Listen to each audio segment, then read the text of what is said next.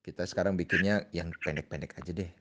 Nggak Ya, usah. yang pendek-pendek aja. Ya, karena kita mau bikin konten, jadi kalau dulu biasanya bikinnya 3 jam, nah sekarang bikinnya kayak tadi satu buah durasinya 30 menitan aja. Oke. Iya. Ya, Oke, part 2 bahas saham aja gimana tuh? boleh aja. Part 2 boleh aja, apa aja boleh. Iya. Karena saya juga pengen bahas ini nih. Kan sebentar lagi masuk momen Oktober, lalu kemudian ya ke window dressing. Hmm. Sektor apa tuh yang menarik di window dressing? Kan selain apa ya biasanya batu-batuan, mungkin apakah apa ya perbankan atau apa tuh? Jadi kalau kita ngomongin soal Windows dressing, apa sih sebenarnya Windows dressing dulu pengertiannya kan? Hmm, hmm, Banyak orang bilang Windows dressing adalah mempercantik. Apanya yang dipercantik? Ada yang bilang perusahaan-perusahaan akan memarkup salesnya, memarkup laporan keuangannya. Eh, ada yang bilang manajer-manajer investasi akan memarkup portofolionya sehingga kelihatan portofolionya growth dibandingkan tahun lalu. Kan ada yang bilang gitu ya. iya. Jadi banyak versi nih omongan orang tentang Windows dressing kan gitu. Iya. Tapi singkat cerita, Windows dressing itu adalah kenaikan yang ditimbulkan oleh adanya aksi beli dengan tujuan tertentu kan gitu ya. Iya. Tuh. Tujuannya apa? Ya tergantung masing-masing eh, perusahaan, baik itu PSP, pemegang saham pengendali, ataupun para IB, investment banking atau asset management kan gitu ya. Iya. Jadi intinya singkat cerita, kalau misalnya katakanlah dia seorang manajer reksadana atau fund manager, dia kan harus kelihatan 1 tahun itu growth-nya berapa kan gitu.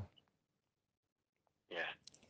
Nah sekarang eh, kalau bicara soal growth, maka sudah hampir dapat dipastikan paling berhubungan kan sama indeks. IHSG. Ya, Iya.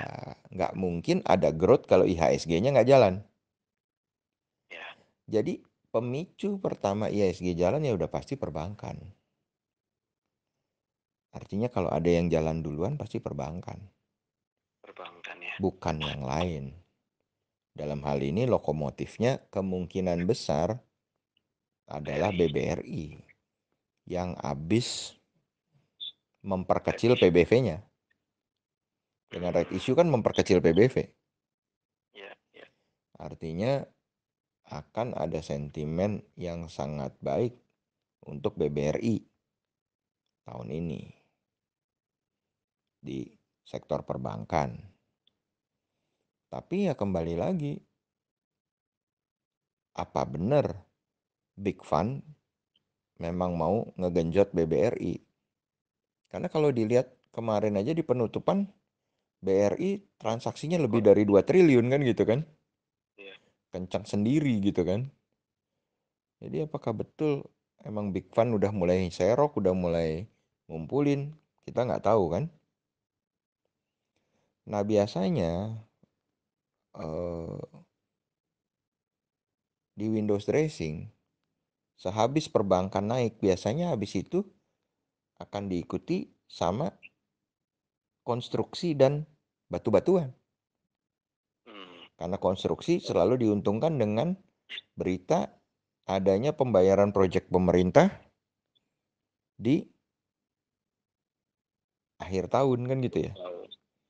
Jadi biasanya saham-saham pemerintah, saham-saham BUMN karya akan mendapatkan angin segar gitu kan. Termasuk Ya. ikutannya kan pasti semen kan gitu ya. properti kan gitu. Karena dia masih properti konstruksi kan. Kalau batu-batuan berarti ini ya, PTBA, ITMG, Ya, Room. ya. Jadi batu-batuan ini selalu kan diuntungkan sama winter. Ya. Tapi kemarin kan udah naik kenceng loh. Loh iya, batunya udah naik kenceng. Saham batu-batunya kan belum naik. Beberapa hari kemarin kan naik kenceng loh. ITMG, Harum itu. Oh iya, bener. Tapi kan kalau kita ngomongin Adaro aja deh yang paling jelek gitu ya. Adaro kan all time high-nya 2.800. Sedangkan sekarang harga batu bara kan udah di all time high kan. Iya, iya. Sedangkan harga sambat Adaro sekarang berapa? Kan masih murah. Masih jauh sekali dibanding 2.800. Berarti kalau batu-batuan yang masih menarik ada loh. PTBA, United Tractor, Indika juga Hmm. masih menarik. Tapi kalau PTBA kan agak ini ya, cenderung apa ya, pelan ya su gerakannya. Jadi gini, kalau kita ngomongin batu bara gitu ya, Nah, jelas yang paling kenceng pasti Indika. hmm. Kalau Harum tuh harus kita kita pisah karena kenapa? Karena Harum itu kan dia separuh nikel. Oh, Sama dengan UNTR. UNTR itu kan ada alat beratnya, ada nikel apa ada emasnya, ada batu baranya. Dia nggak pure batu bara gitu. ya. Jadi yang pure batu bara itu ya Indika yang paling kenceng. Habis itu Hmm. ITMG. Nah, habis itu Adaro, PTBA. baru PTBA. Kenapa ITMG tahun ini kenceng sekali? Lebih kenceng larinya dari Indika. Karena yang laporan keuangannya paling bagus ITMG. Hmm. Laporan keuangan Q2 paling bagus itu ITMG. Jadi saya pikir Hmm. ya wajar gitu. Kalau dia naiknya paling kenceng saat ini. Tapi dia juga yang sudah paling tinggi. Iya. Itu. Jadi bisa aja yang sudah paling tinggi naik kenceng lagi Naik lagi. jadi 35.000 ya itu kan terserah pasar gitu loh. Pasar Ya. mengadresnya seperti apa. Tapi kalau batu bara memang agak panjang, dia bisa lewat dari Windows dressing Hmm. sampai bulan eh, Januari. Februari kadang-kadang batu bara itu. Dia panjang. Dan apalagi kalau sudah musim dinginnya di atas rata-rata, bukan cuma Hmm. batu bara, harga minyak pun bisa bergejolak gitu loh. Kalau Hmm. memang kita ngomongin apa ya namanya posisi eh, akhir tahun musim dinginnya berkepanjangan gitu loh. Tapi yang mesti kita perhatikan adalah faktor COVID, di mana kita tahu bahwa COVID itu di winter atau musim dingin itu angkanya biasanya suka naik secara signifikan kan gitu. Ya. Ya. Apakah winter kali ini yang kebetulan Ini berarti COVID di luar ya su. iya, karena gini kalau misalnya sorry to say eh, COVID-nya tiba-tiba keras lagi di luar, pasar modal luar negeri koreksi, kan pasar sini pasti ikut koreksi dong. Iya. Bukan nggak mungkin terjadi koreksi juga kan gitu ya. Ya. Jadi challenge kita untuk, jadi kayak contoh aja, Oktober biasanya 80% hijau gitu kan. Ya. Sekarang dengan adanya PPKM, saya bilang 50-50 gitu kan. Ya. Karena banyak yang pasti akan di bawah ekspektasi gitu loh. Gitu, karena adanya PPKM kemarin. Ya sama juga nanti akhir tahun apakah benar karena kan kita sudah 2 tahun nih hidup sama COVID kan itu. iya, Apakah benar dengan semakin banyak orang divaksin akan terjadi herd immunity, jadi di tahun ketiga ini akan menjadi tahun recovery gitu kan? iya. Apa malah kebalikannya yang terjadi?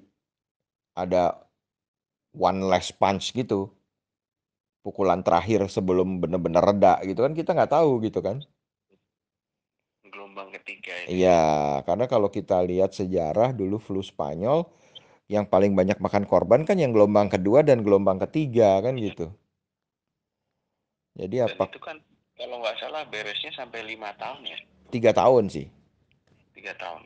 Ya, 3 tahun itu sebenarnya kalau kita lihat dari pertemuan grup BES waktu Ariel masih ada di Bali, Hmm, ya saya udah selalu bilang bahwa eh, kalau mengacu pada flu Spanyol, ya memang 3 tahun kan gitu.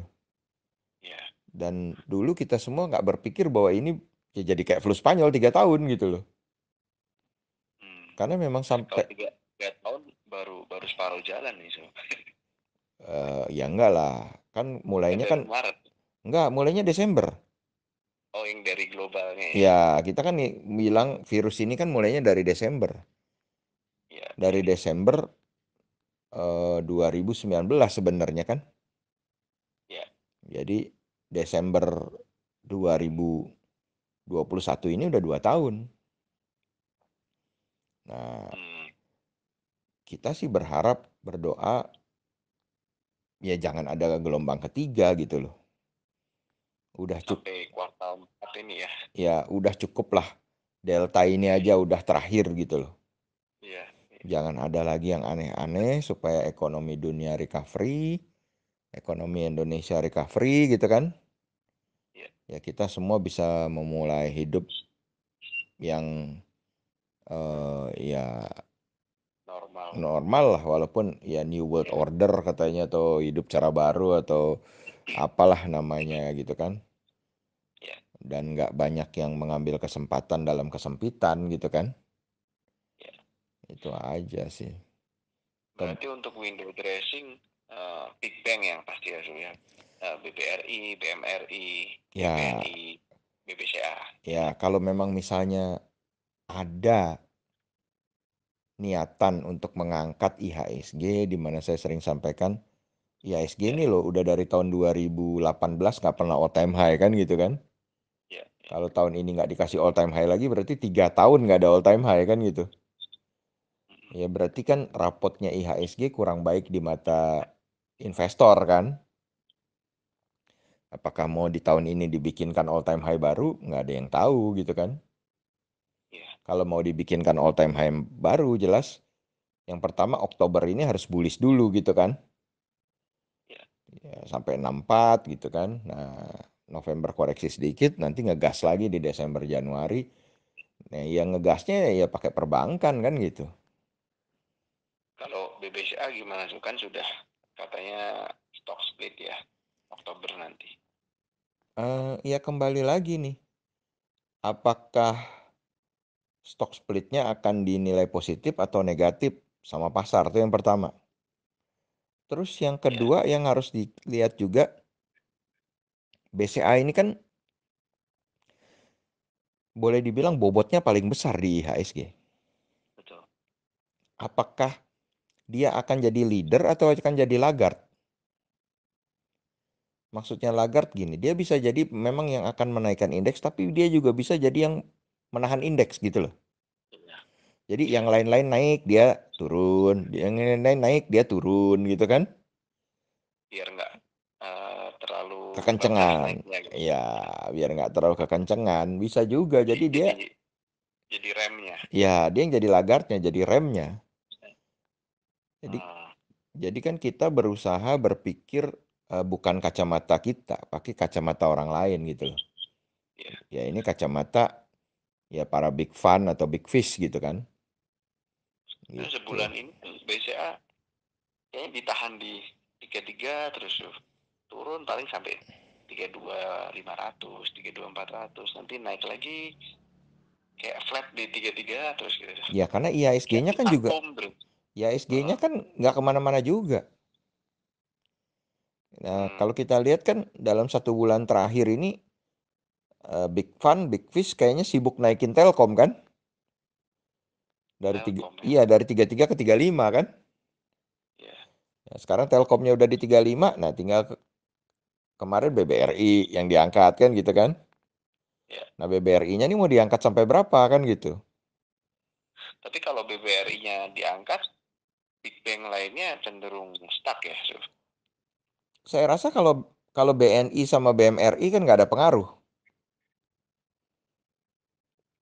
Yang Hmm. yang BNI sama BMRI kan bobotnya terhadap IHSG nggak gitu gede.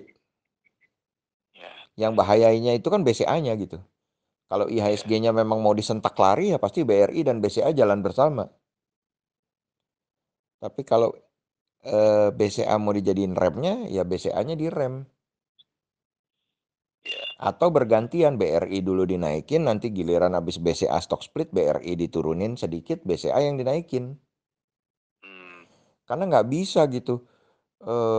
BCA-nya dibilang 40.000, terus nanti BRI-nya jadi 5.000 di akhir tahun, tapi IHSG-nya nggak naik, kan nggak bisa ya. Ya, nggak mungkin. Kan nggak bisa gitu. Kalau udah itu yang satu 5.000, yang satunya lagi 40.000, ya IHSG-nya ada di mana kan gitu ya. Iya. Artinya eh, ya kita kan harus logik juga ngelihatnya kan. Mm-mm. Nggak bisa eh, hanya satu sisi, semua sisi harus kita cover gitu loh. Kalau menurut saya Nah, sih kalau seperti itu. kalau akhir tahun untuk sektor kayak manufaktur, kayak Astra, ASII, itu gimana sih? eh ASII saya bilang harus lepas dulu dari fraksinya. Dimana kalau kita lihat dia kan ada di fraksi 5 sekarang, perbatasan range dari 4,5 sampai 5.500 kan. Ya, Kalau kemarin 5.200 ya soalnya. selama dia belum bisa keluar dari atas 5.500 gitu kan, ya sulit Ya. kita bicara banyak. Apalagi kalau misalnya sampai Oktober ternyata dia nggak keluar fraksi gitu kan. Tetap Hmm. aja di 4,5 sampai 5,5 sampai Oktober akhir. Nah, kan sulit kita bilang lari. Memang Ya. ada sedikit keanehan di saham Astra gitu ya. Hmm. Kalau kita lihat perusahaan Astra, ASII, United Tractor, Ali gitu ya. Ya. Entah kenapa sejak 2018 ke belakang kok kelihatannya kurang bertaji gitu ya. Hmm. Ali kan kalau kita bandingin dengan Elsip jauh sekali gitu loh. Ya. Ya. Pergerakannya, lincahnya apanya. United Tractor juga yang biasanya ya volume transaksinya banyak ya menurun banyak. Astra Astra induknya pun ya agak kurang gitu. Saya nggak tahu apa apa ya orang mungkin Big Fun nggak begitu suka Astra lagi ya bagaimana nggak ngerti juga. Karena ya tipikalnya Jardine yang pengendali Astra sekarang kan ya seperti yang saya pernah bahas sama Pak Hardi ya ya tipikalnya juga tipikal cukup berani dalam melakukan pinjaman kan gitu ya. Hmm. Apakah itu sehingga saya lihat ada indikasi bahwa saham Ali itu direpo misalnya. Indikasi ya. Tepatnya itu seperti apa kan kita nggak bisa tahu juga. Jadi kalau ASII sendiri saya belum bisa ngasih jawaban. Tapi harusnya yang bisa sedikit diperhitungkan justru adalah sektor consumer good. Karena Kan tertekan terus ya, sudah hampir 2 tahun ini. ya sudah tertekan sekian lama dan Hmm. harusnya di akhir tahun akan ada diuntungkan dengan data konsumsi akan mulai pulih. Hmm. Artinya data konsumsi kita akan indeks indeks konsumernya itu akan bertumbuh di akhir tahun gitu loh. berarti apa, Unilever, HMSP, GGRM. Saya pikir ICBP satu yang paling patut kita perhatikan ya, karena dari semuanya itu yang pertumbuhan labanya apanya semua paling bagus ya ICBP di samping INDF gitu kan. Jadi ICBP dan INDF adalah juga yang patut kita perhatikan, tapi sama juga dengan tidak melupakan akal sehat bahwa karakteristik saham konsumer itu adalah saham yang slow moving gitu kan. Iya. Jadi artinya bisa itu konsumer bisa jadi step 2. Jadi kita pegang banking dulu, sesudah bankingnya naik baru kita pindah ke konsumer gitu loh. Hmm. Bisa juga begitu. Bukan yang tadi banking terus batu-batuan sama konstruksi dulu. eh Ya kalau saya sih tetap step one-nya tetap banking. Nanti setelah bankingnya naik, nah kita lihat mana yang kesisa kan. Hmm. Nah biasanya yang kesisa konsumer nanti, yang paling belakang. Hmm. Karena habis banking kadang-kadang konsumer sama apa batu dan properti konstruksi ini bergeraknya bersama-sama kadang-kadang. Hmm. Walaupun tahun ini properti konstruksi ya dihadang PKM dan lain sebagainya, project ya sangat kurang kan gitu. Iya. Walaupun kalau kita lihat laba perusahaan-perusahaan properti justru naik. Karena tahun lalunya jeblok ya. Itu udah bahkan si Sumarekon itu kan naiknya sampai 900%, buset dah. Ih, gitu kan. Nah, kalau kalau sektor retail gimana tuh? Kan harusnya cukup menarik ya habis PPKM gitu kan. Jadi kayak MAPI, LPPF, RAS gitu tuh. Ya kembali lagi sih. MAPI, RALS, dan LPPF itu kan adalah saham yang eh ya indikasi rawan digoyang gitu loh. Iya sih. Artinya mau dia itu tipik memang sektornya retail, tapi ketiga jenis saham itu adalah jenis saham yang ya bisa digoyang kanan, bisa digoyang kirinya kenceng gitu loh. Iya. Artinya kalau Lapis dua gitu. ya bukan masalah lapis duanya, memang ya kalau kita percaya ada bandar ya bandarnya ya tipikalnya yang bisa ngayun bukan cuman ke atas tapi bisa ngayun ke bawahnya juga kenceng. Ya. Tapi kalau akhir tahun mau Windows dressing gitu, biasanya arahnya gimana sih kalau retail gitu? eh dari ketiganya itu saya rasa yang paling nggak bisa ditebak LPPF gitu loh. Ah, Kalau RAL sama MAPI ya kayaknya sih saya lebih pilih Aces malah. aja so. Ya, tapi ya kembali itu eh kalau yang begitu-begitu retail itu saya lebih seneng megangnya pas deket-deket Idul Fitri. Hmm. Ya, kalau akhir tahun ya tergantung sih. Kalau memang ada yang niupin beritanya gitu kan. Hmm. Ada yang memang sengaja mau ngangkat harga, ya bisa aja naik gitu kan. Ya.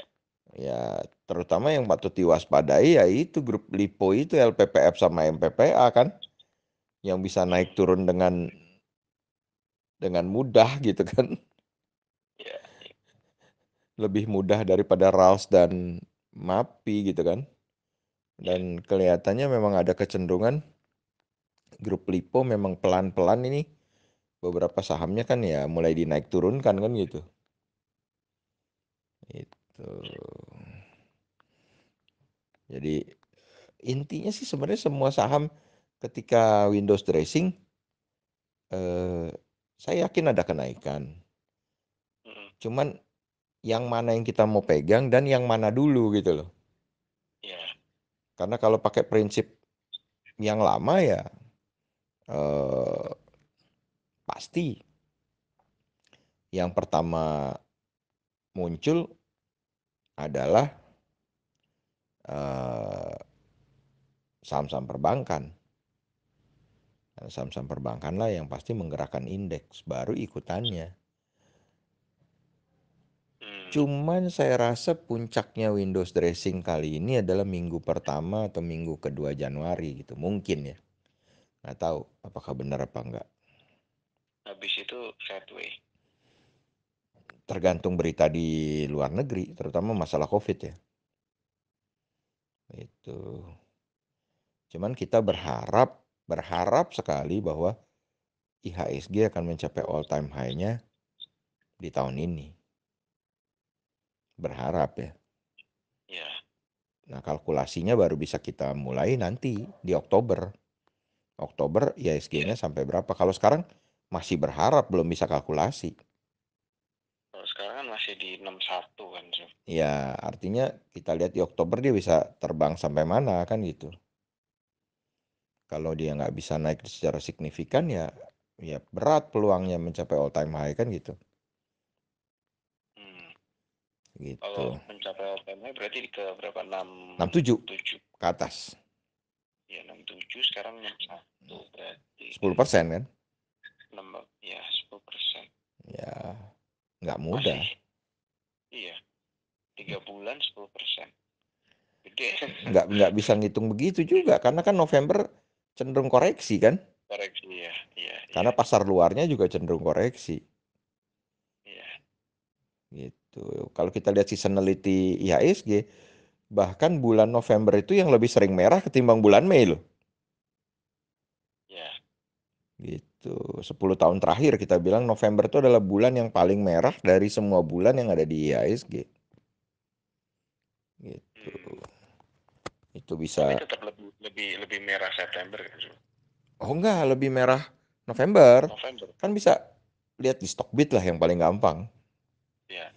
Kalau kita di komunitas kan eh, Hmm. berapa waktu yang lalu Pak Yudi Polisi udah posting kan. Hmm. Itu seasonality-nya ya memang November yang paling gawat. Gitu. Hmm. Tapi ya secara tradisional Mei turunnya lebih dalam. Gitu. Ya, ya. Jadi ya we'll see nanti Oktober naiknya sampai mana. Semakin tinggi naiknya di Oktober, tentu koreksi di November akan semakin dalam. Ya, Kalau Oktober naiknya datar, ya turunnya di November juga datar gitu loh. datar. Tapi ini September belum belum terlalu turun ya, Su? Eh ya karena kalau kita bilang kan selalu di kelas di sekolah base bahwa September itu bulan abu-abu. Kenapa bulan abu-abu? Karena September itu bulannya market Amerika kan. Hmm. Artinya kalau market Amerikanya nggak koreksi, sulit untuk kita bilang September itu jadi koreksi di Indonesia. Ya, Gitu. cuman kemarin aja beberapa hari lalu yang koreksi sampai 5.900 berapa itu kan, tapi langsung balik lagi kan besoknya. Ya bukan sampai besoknya. Di penutupan hari itu aja udah di atas 6.000 Ya, lagi. ya, ya. Karena memang sesuai dengan apa yang kita bicarakan di podcast bahwa IHSG sangat sangat kuat sekali tahanannya di 6.000 kan. Jadi Betul. memang ada yang menjaga supaya ekosistem mega sideway itu tetap ada gitu loh. Ya, 6.000 sampai 6.175 itu. Makanya untuk naik satu step ya IHSG harus bisa bertahan bukan di 6.000 tapi harus bisa bertahan di kisaran 6.130 50. sampai Ya, 6.140 dulu itu. Nggak turun-turun dari itu baru kita bilang IHSG akan menuju ke 6.200-an kan gitu ya. ya. Tapi kalau balik lagi ke 6 Sekarang, ribuan lagi, balik lagi ke 6 ribuan lagi kan sulit ya. iya, sekarang 6130 terus turun lagi ke 6.000. Nah, itu dah. Iya. Kan butuh bahan bakar juga, butuh pendorong, butuh katalis untuk bisa jadi naik gitu loh. Nah, sekarang Oktober ini kan sudah shifting, sudah bulannya blue chip kan. Ya. Apakah kita akan melihat akan ada banyak katalis untuk blue chip? Ya, kita nggak tahu lagi. Kalau bank-bank mini masih bakal manggung lagi gak, Su? Prediksi. Terus terang kalau Bank Mini ini kan kalau versi saya ya, Eh, kalau versi saya kita bilang realnya ya, bukan prospek. Ya, ya, Realnya ya keadaan laporan keuangannya semuanya jelek gitu kan. ya, Nah, kalau orang ngomongin prospek, oh nanti jadi bank digital, jadi gini gitu. Itu kan udah prospek gitu kan. ya, Udah bukan analisa yang faktual lagi gitu kan. ya. Jadi kalau versi saya kalau memang blue chip mau jalan, ya seharusnya yang non blue chip ya Stop nggak ya. ya stop. Nanti giliran April Oktober di masa fase blue chip itu tidur, ya fasenya ya lapis 2 yang jalan kan gitu. Ya, Karena nggak mungkin jalan sekali semua gitu. Jadi terlepas dari saya memang nggak pernah transaksi bank mini gitu kan. ya. Tapi saya pikir ya fundamentalnya seperti itu, bukan prospek ya. Kalau kita bilang prospek mah apa juga prospek. Iya kan? Ya, Gitu. Jadi kalau kita bilang prospek ya semua juga bisa dibikin berprospek. Jadi kembali ke fundamental dasar lah, bahwa fundamental kita membeli saham adalah membeli perusahaan kan gitu. perusahaannya. Tuh. Jadi nggak ada yang bilang kita membeli saham karena membeli prospek. Karena prospek itu adalah belum jadi kenyataan gitu kan. Gitu. Dan Ya, di tengah-tengah sampai ke prospek itu apakah perusahaannya untung apa enggak, perusahaannya masih ada apa enggak kan gitu ya. tuh. Itu kayak sekarang kalau kita lihat di beberapa platform sudah mulai muncul iklannya Blue, bank digitalnya BCA kan, Ya, benar. sudah mulai muncul itu iklannya Blue. Dan kalau Blue sudah mulai jalan ya nggak tahu lagi. Sama kayak sekarang di jalan-jalan sudah mulai ada Shopee Food. Oh, di Surabaya kenceng banget tuh Nah Shopee Food ya. makanya di Bali, di Surabaya, di mana-mana udah muncul Shopee Food gitu kan. Di Nah, Surabaya justru kalau sekarang di mm, tenan-tenan makanan itu mm. mayoritas saya lihatnya Shopee Food. 90% Shopee Food. Ya tapi kan itu tadinya cuma di tenan, sekarang kan Shopee Foodnya udah muncul yang model kayak Gojek Grabnya kan, yang Iya, nganter-nganter makanannya gitu loh. iya, iya itu tuh maksudnya si ojolnya itu Shopee Ya, Food nah, 90%. nah sekarang dengan munculnya Shopee Food gitu kan, Mm-mm.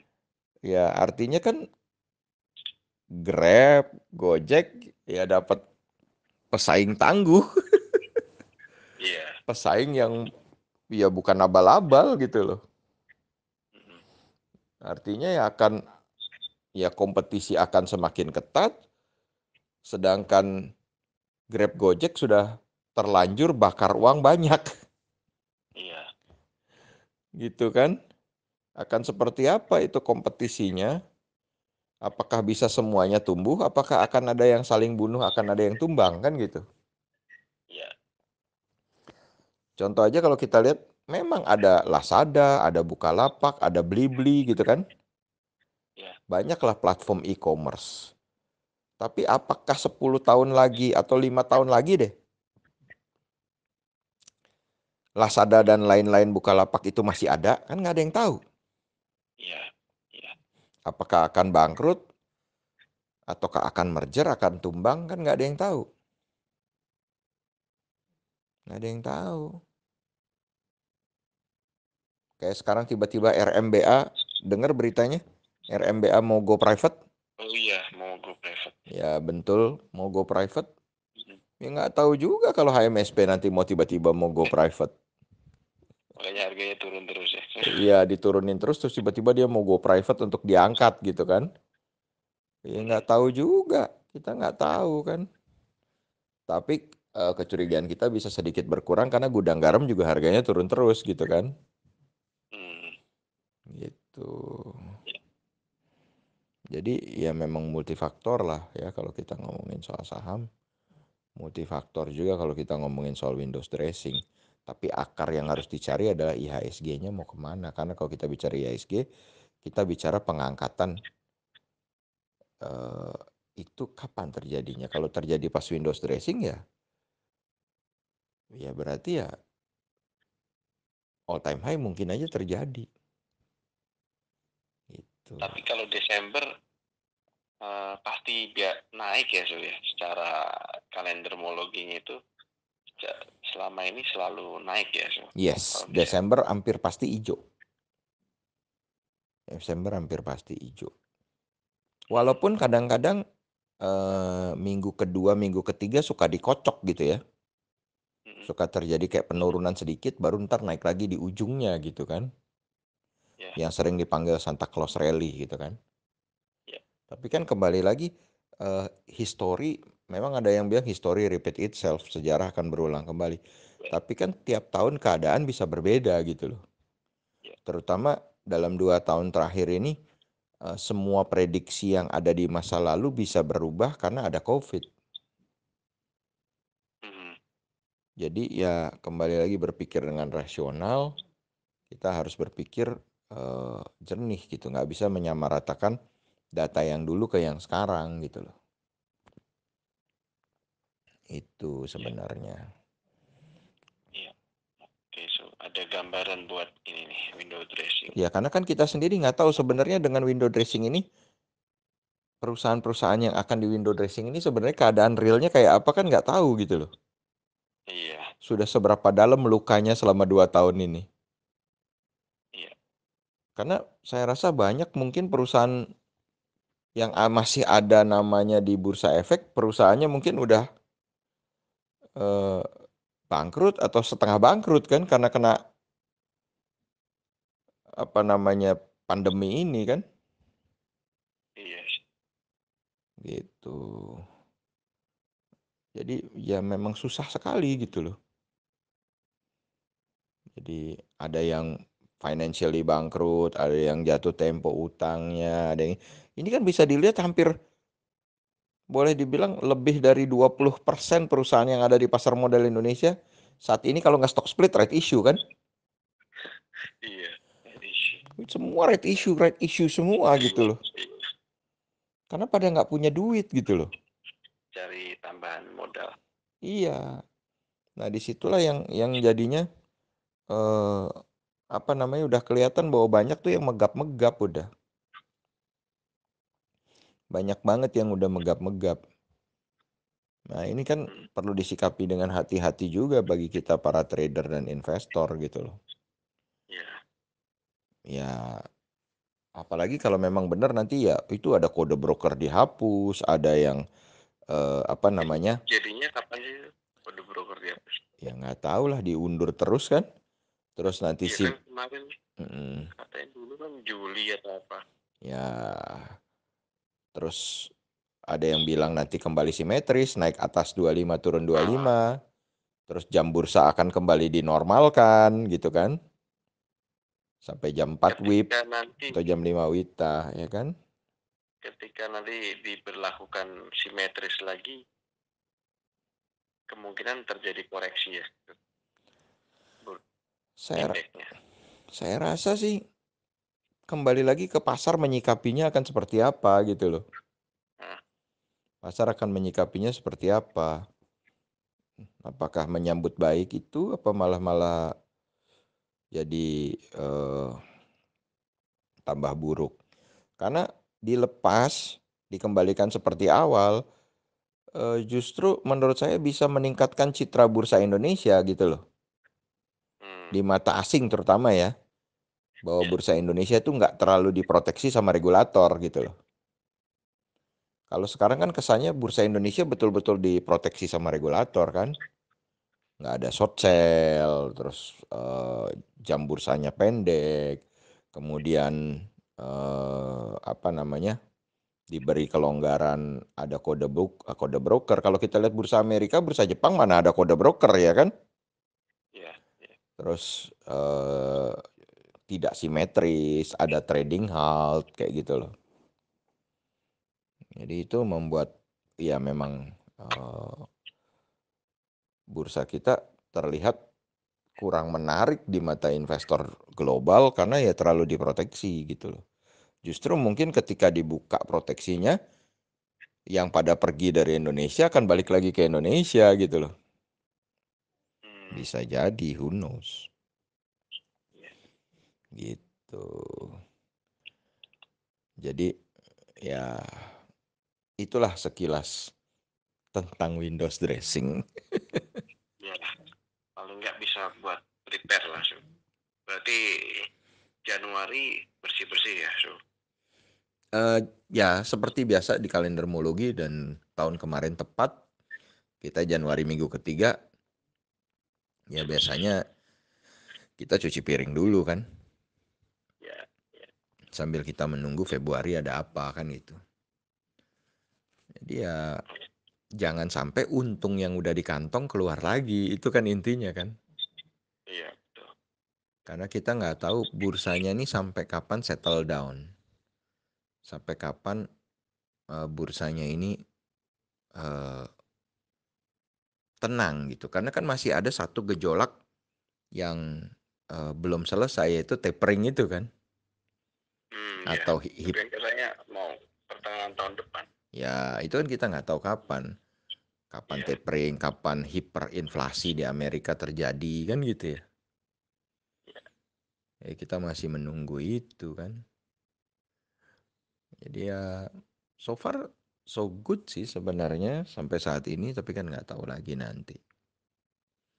Jadi kita harus rasional ngikuti juga perkembangan apa yang terjadi di luar negeri.